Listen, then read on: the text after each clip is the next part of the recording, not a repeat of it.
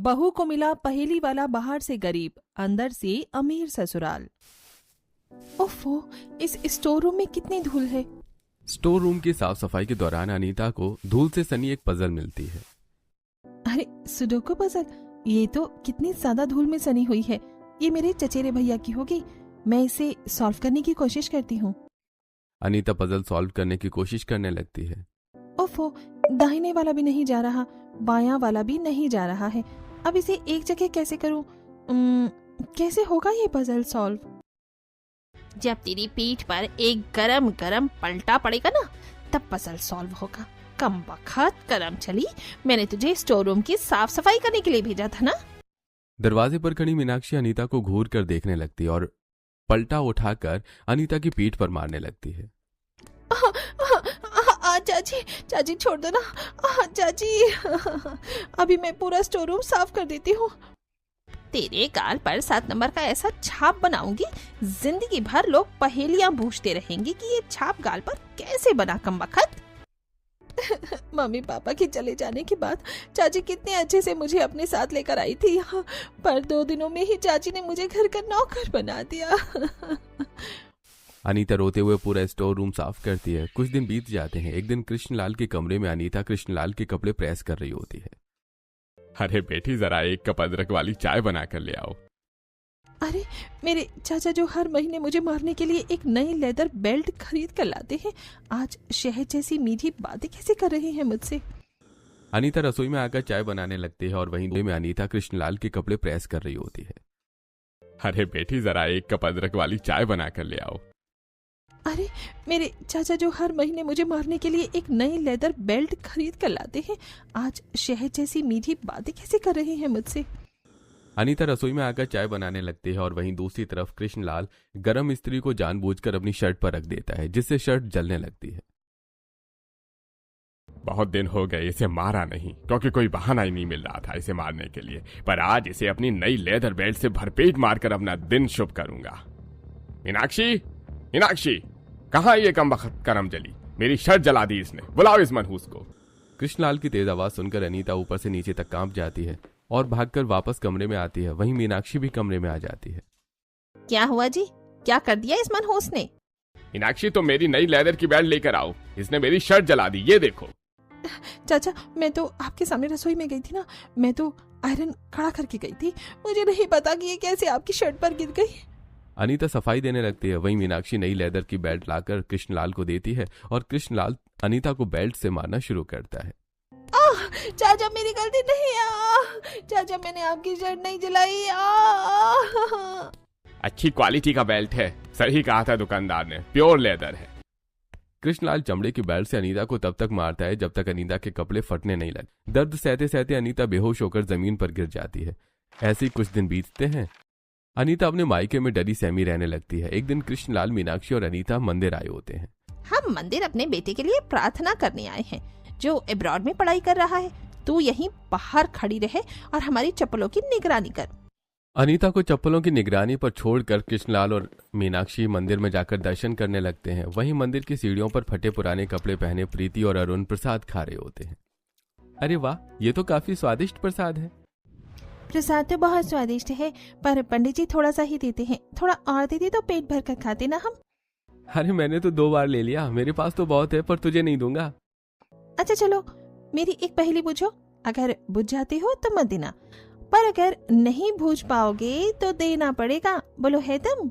हमसे पंगा भूल मत, मैं तेरा बड़ा भाई हूँ। चल पूछ, क्या पूछना है।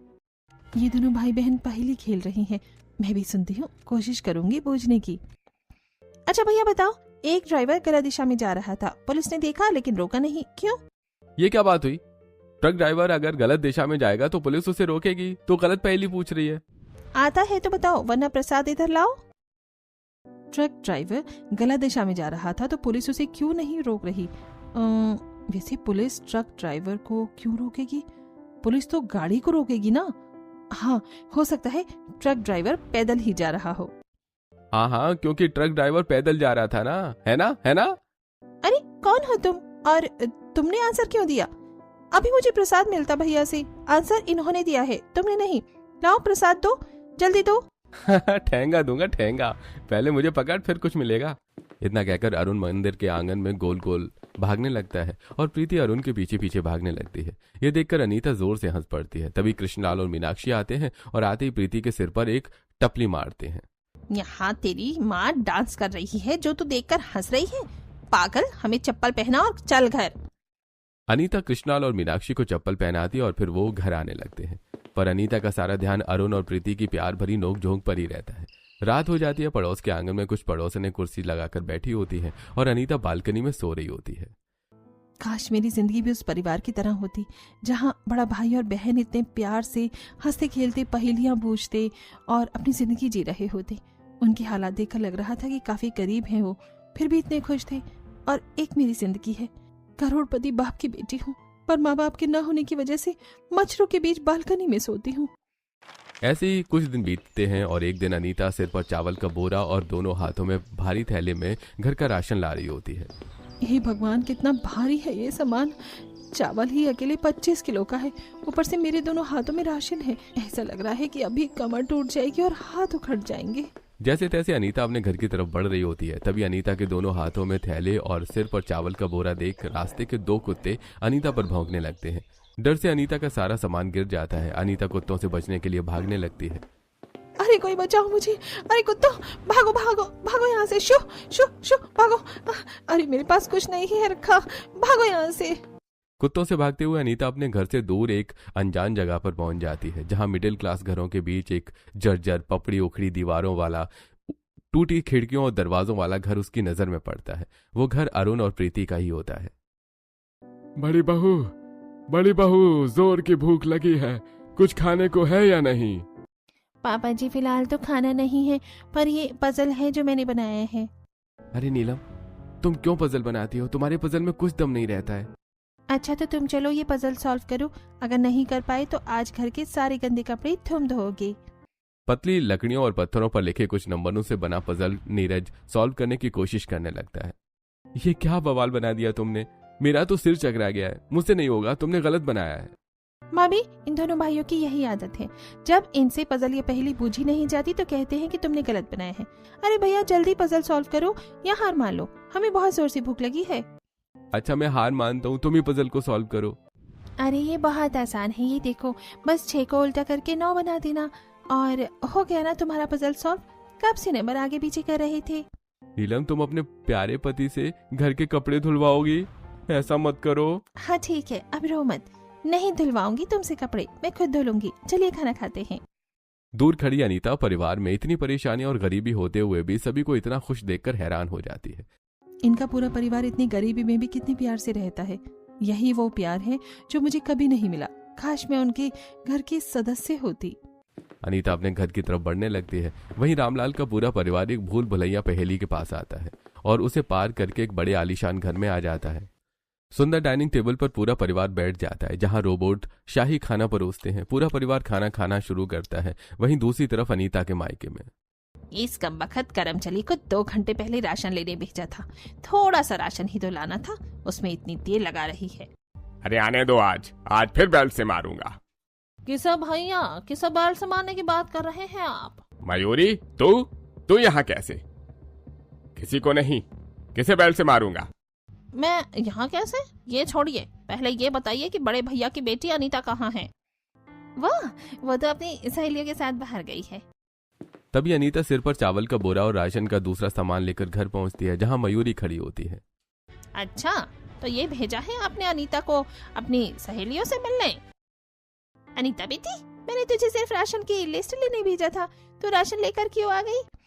वो आपने... अरे बेटी छोड़ ना, 2 रुपए लगते हैं तो लगने दे। भाड़े के चक्कर में इतनी मेहनत मत किया कर। देख तेरी बुआ आई है। भैया भाभी, मैं दूध पीती बच्ची नहीं हूँ, क्या आप लोगों की बातों में बहक जाऊंगी?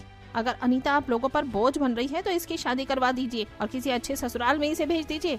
मैं अमेरिका में रहती हूँ, वहाँ अनीता को नहीं लेकर जा सकती, इसलिए आप लोगों को समझाने आई हूँ। मैं फिर आऊंगी या सीधे पुलिस भेजूंगी। मयूरी अनीता को गले लगाती है और अनीता के हाथों में कुछ शगुन रखकर वापस चली जाती है। शाम को मीनाक्षी और कृष्णलाल पड़ोस के एक मंदिर में पंडित दीनदयाल से अनीता के रिश्ते की बात करते हैं।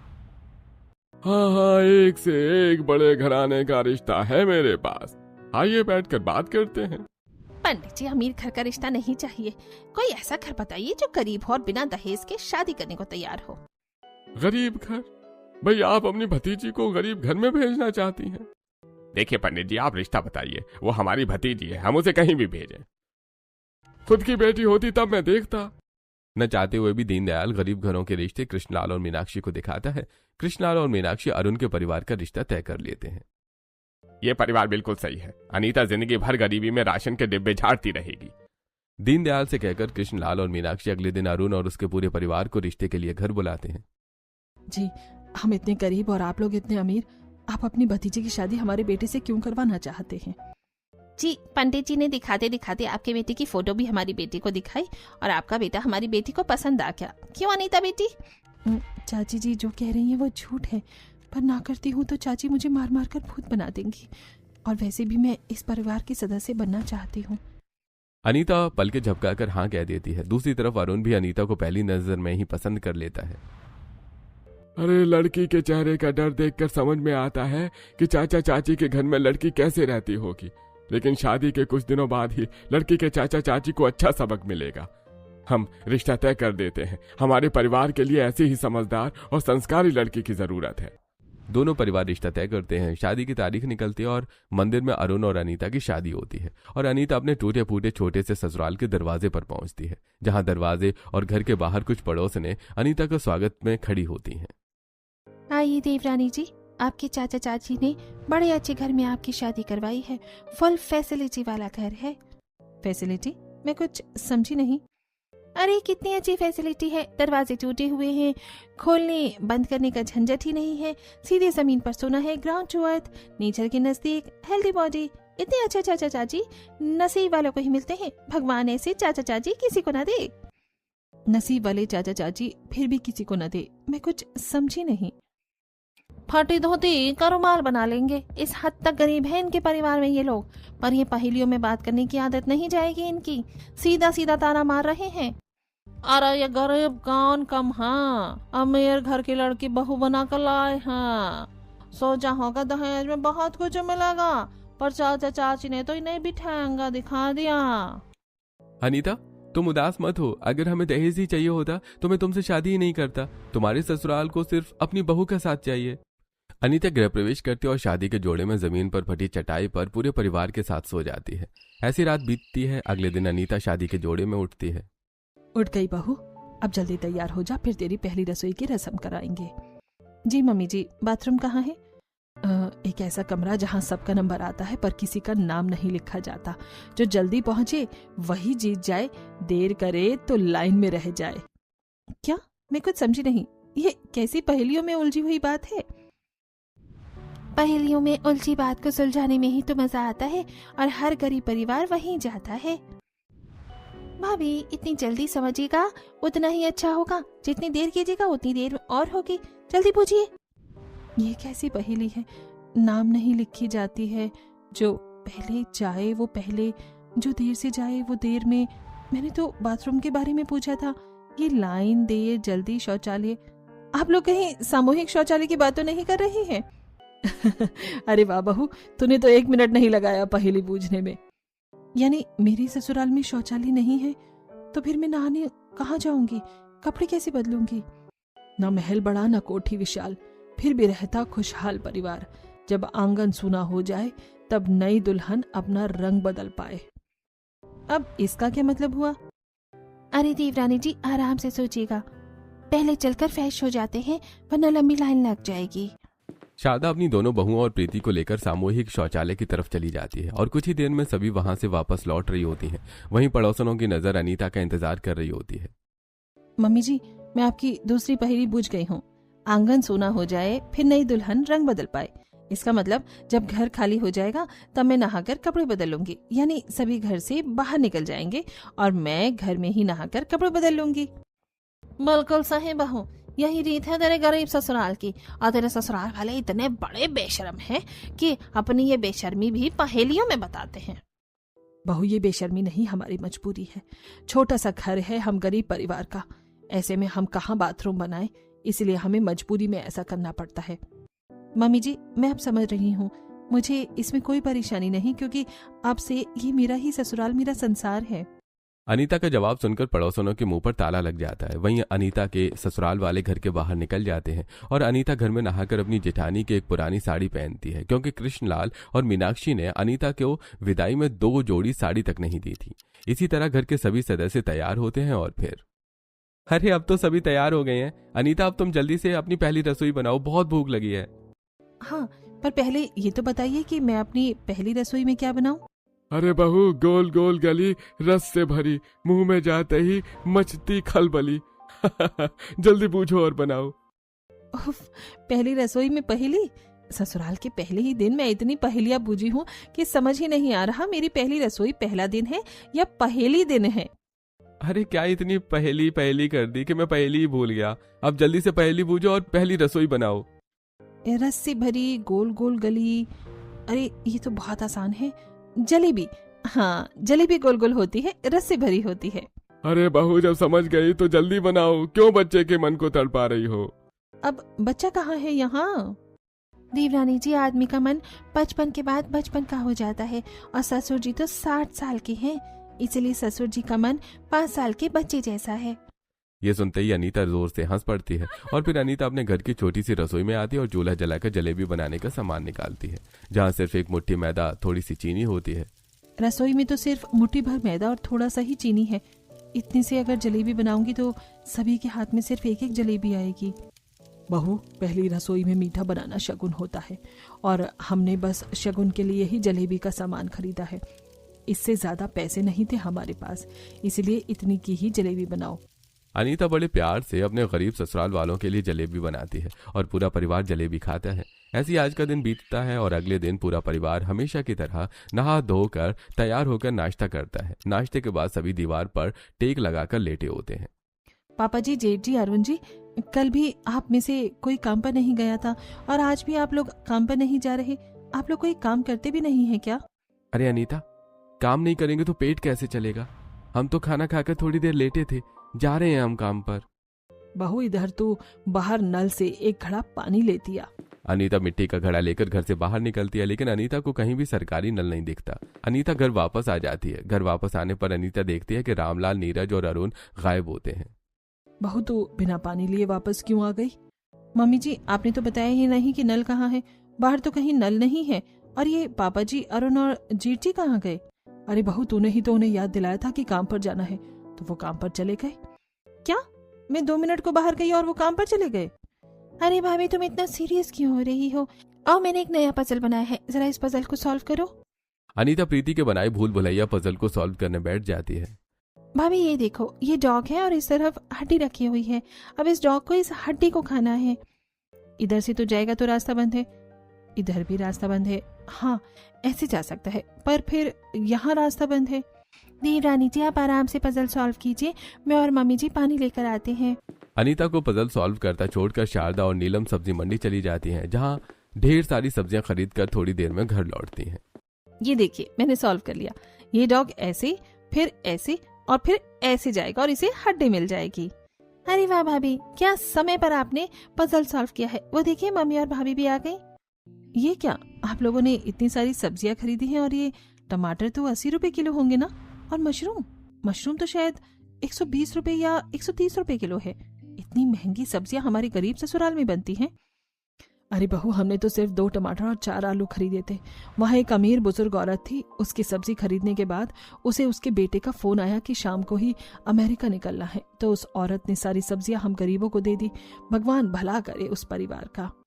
फिर अनीता अपनी जेठानी नीलम के साथ मिलकर पूरे परिवार के लिए बढ़िया और मजेदार खाना बनाती है और रात में खाना खाकर परिवार के साथ जमीन पर सो जाती है। मम्मी, और कितने दिन से पत्थर तोड़ने पड़ेंगे? पत्थर तोलने पड़ेंगे? पत्थर कौन तोल रहा है? अरे बहू, कोई पत्थर नहीं तोल रहा है।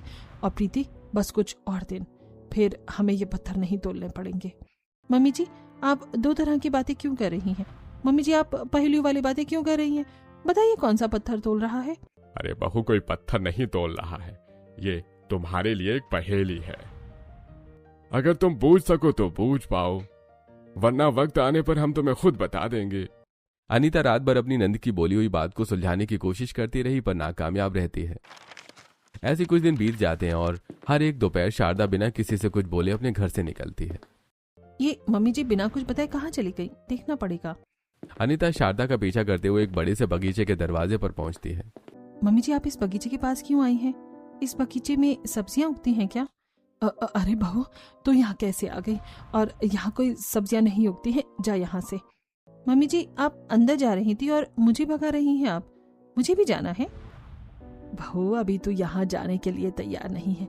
जिस दिन हमें लगेगा कि तू यहाँ जाने के लिए तैयार है, हम खुद तुझे यहाँ लेकर आएंगे। फिलहाल तू घर चल।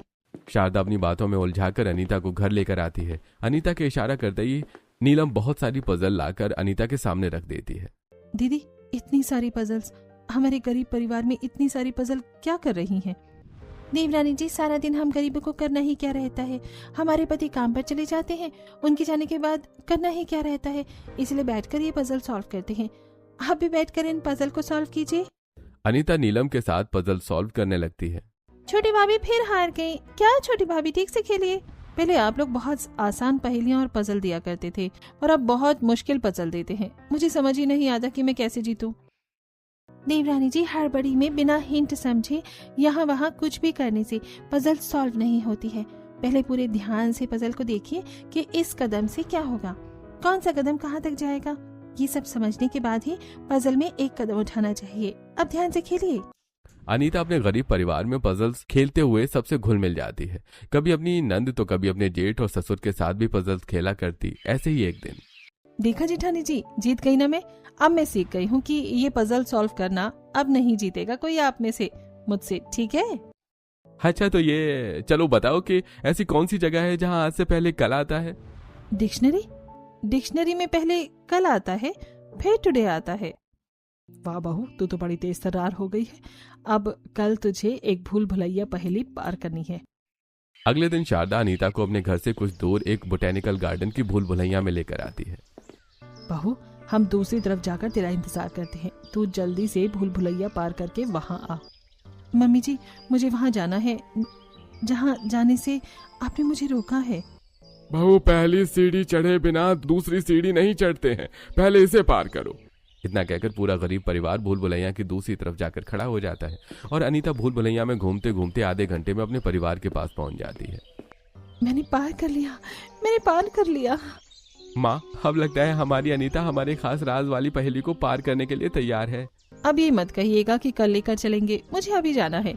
इससे ज्यादा मुझसे इंतजार नहीं होगा। पूरा गरीब परिवार वापस अपने घर के पास आता है और पास में बने एक बोटेनिकल गार्डन के दरवाजे पर पहुंचता है जो चारों तरफ से घिरा हुआ होता है। देवरानी जी, आपके पास सिर्फ सूरज ढलने तक का वक्त है। हम दूसरी तरफ जा रहे हैं। अगर सूरज ढलने से पहले आप उस तरफ तक पहुंच जाती हो तो आपको अपने ससुराल का राज पता चल जाएगा, वरना। सूरज की चलती दिशा में गरीब परिवार भूल भुलैया में घुस जाता है और चलते चलते भूल भुलैया की दूसरी तरफ एक बड़े से सुंदर महल के दरवाजे पर आकर खड़ा हो जाता है। वहीं दूसरी तरफ अनीता भी भूल भुलैया में चली आती है। मुझे तो कुछ समझ ही नहीं आ रहा। ऐसा लग रहा है कि ये भूल भुलैया गोल गोल घूम रही है। बार बार घूमकर एक ही जगह पर जा रही हूँ मैं। पजल में घूमते घूमते अनीता थककर एक कोने में बैठ जाती है। तभी शाम होने का वक्त होता है और पूरा परिवार पजल में अनीता को खोजते हुए अनीता के पास चला आता है। अनीता, अगर एक बार अंधेरा हो गया तो इस पजल से कोई नहीं निकल पाएगा, जल्दी बाहर चलो। नहीं, मैं आज इस पजल से बाहर तभी निकलूंगी जब मैं इस पजल को सॉल्व कर लूंगी। अनीता जिद मत करो, वरना हम सब यहीं फंस जाएंगे। अंधेरा होने वाला है, जल्दी बाहर निकलो। परिवार अनीता को लेकर भूल भुलैया से बाहर निकलता है और अपने टूटे फूटे गरीब घर में चला आता है। बहू मुझे तो लगा था आज पजल से निकल जाएगी, पर लगता है अभी और ट्रेनिंग की जरूरत है। परिवार की मायूसी देखकर अनीता बहुत दुखी होती है। ऐसे कुछ दिन बीतते हैं। अनीता का पूरा ध्यान अपने ससुराल के राज पर होता है। ऐसी एक दोपहर आप लोग उसी भूल भुलैया पजल को पार करके दूसरी तरफ जाने वाले हैं ना? मुझे आज एक मौका दीजिए, आज मैं जरूर उस पजल को पार कर लूंगी। देखो बहू, जिद मत करो। हम चाहते हैं कि तुम भी पजल तुम खुद ही पार करो, वरना 1 मिनट लगेगा तुम्हें तरीका बताने में। तुम खुद तरीका समझो, तभी तो पजल पार हो पाएगा। हमारी बातों को याद रखो, तुम्हें रास्ता मिल जाएगा। तुम लोग जाओ, मैं बहू के साथ यहीं उसे कंपनी देता हूँ। और बहू, घर में पेड़े हैं ना, जरा तू मुझे 2-4 पेड़े खिला। तभी भूल भुलैया पजल की तरफ चले जाते हैं सभी। वहीं अनीता रामलाल को पेड़े देती है। पेड़े खाते ही रामलाल की सांसें फूलने लगती हैं।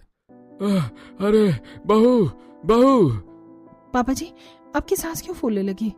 बहू शायद पेड़ों में पिस्ता बादाम मिलाया हुआ है, मुझे उससे एलर्जी है बहू। हे भगवान, पापा जी आपकी दवाइयाँ कहाँ हैं? अरे बहू, सभी पजल पार कर गए होंगे, तुम्हें भी पजल पार करनी पड़ेगी, तभी मैं बचूंगा। ऑक्सीजन की कमी से रामलाल बेहोश हो जाते हैं और अनीता भागते हुए भूल भुलैया में घुस जाती है। आज चाहे कुछ भी हो जाए मुझे ये पजल पार करनी ही पड़ेगी, वरना मैं अपनी ससुर जी को बचा नहीं पाऊंगी। पर कैसे कैसे पार करनी है ये पजल? अनीता पजल को ध्यान से देखती है और आंखें बंद करके रास्ता सोचने लगती है।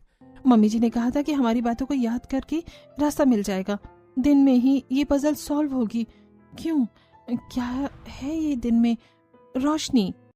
अनीता आंखें खोलती है और सूर्य की रोशनी की तरफ उड़ रही मधुमक्खियों को देखते हुए चलना शुरू कर देती है। समझ गई मैं, अब इस पजल को दिन के साथ साथ रात में भी पार किया जा सकता है।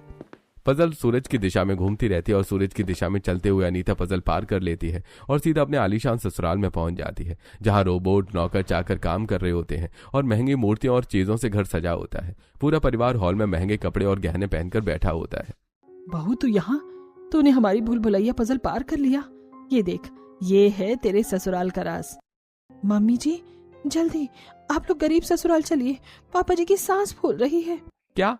पापा की सांस फूल रही है? मैं अभी उनकी दवाइयां लेकर आता हूँ। नीरज अनीता को रामलाल की सांस फूलने की दवाई देता है। अनीता गरीब ससुराल आकर रामलाल को इंजेक्शन लगाती है। थोड़ी देर में रामलाल की तबीयत ठीक हो जाती है और तब तक गरीब वेशभूषा में पूरा परिवार भी आ जाता है। बहू मैं जिंदा हूँ, इसका मतलब तुमने हमारा भूल भुलैया पजल पार कर लिया है। बहू तुम अपने अमीर ससुराल चलो। सभी अपने अमीर आलीशान घर में आते हैं। सभी के साथ अनीता भी महंगी साड़ी और तरह तरह के गहने पहनकर हॉल में आती है। मेरे अमीर ससुराल, ये गरीबी का चूल्हा क्यों हो रहा है? आखिर क्या पहेली है इसके पीछे? बहू हमारे पूर्वज पहले पहेली और पजल के शौकीन हुआ करते थे। हम लोग बहुत अमीर थे और हंसी खुशी रहते थे, पर एक दिन कुछ चोरों ने हमारी सारी संपत्ति लूटकर हमें कंगाल कर दिया। मजबूरी में मुझे शहर आना पड़ा। मुझे पजल बनाने के अलावा कुछ काम नहीं आता था, तो मैंने पजल बनाना बेचना शुरू कर दिया। धीरे धीरे मेरे बच्चों ने भी यही काम शुरू किया और हमारी संपत्ति वापस लौट आई। और भैया, और मैंने अपनी पजल्स और पहेलियों को एक ऑनलाइन गेम बना दिया, जो आज प्ले स्टोर से कई सारे देशों में लोग खेल रहे हैं। और दोबारा हमारी संपत्ति पर किसी की बुरी नजर न पड़े, इसीलिए हमने अपनी सारी संपत्ति को एक पजल में छुपा दिया है। भाभी आपको सब पता चल गया है ना? चलिए हम आपको आपकी असली ससुराल की सैर कराते हैं। प्रीति और नीलम अनीता को उसके ससुराल के सभी कमरों में घुमाती है, जहां swimming pool, trampoline park, gaming zone, room और तरह तरह की दूसरी चीजें होती हैं। नीलम अपने पूरे परिवार के साथ गेमिंग रूम में बैठकर बड़े स्क्रीन पर पजल सॉल्व करने लगती है। ये पजल किसने बनाई है? ये पजल तुम्हारी सास ने बनाई है। इसके पहले जो तुमने खेली थी उसे अरुण ने बनाया था।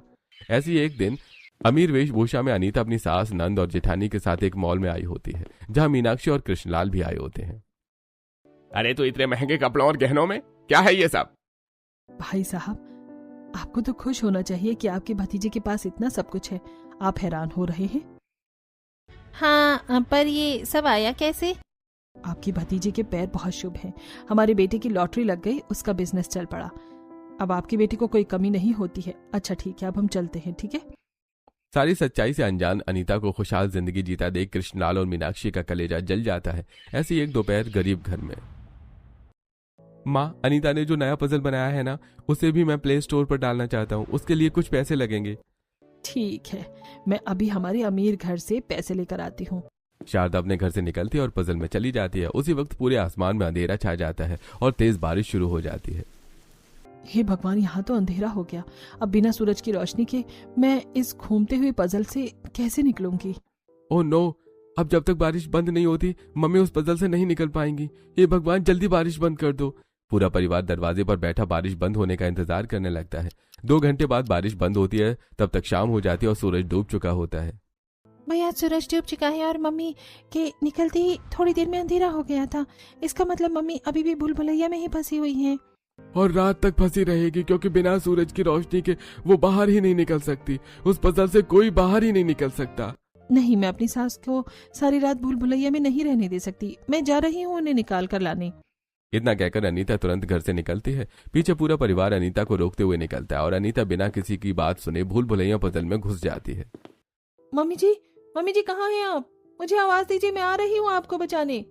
बहू वापस चली जाओ और अंदर मत आओ, अंधेरे में इस पजल से नहीं निकला जा सकता है। इस तरफ मम्मी जी, इस तरफ मम्मी जी की आवाज आई है। शारदा की आवाज का पीछा करते हुए अनीता शारदा के पास पहुंच जाती है। बहू तुम मुझ तक कैसे पहुंच गई? बहुत आसान है मम्मी जी, अब चलिए। अनीता शारदा का हाथ पकड़ती है और चारों तरफ नजरें घुमाते हुए कुछ मिनटों में पजल से बाहर निकल आती है।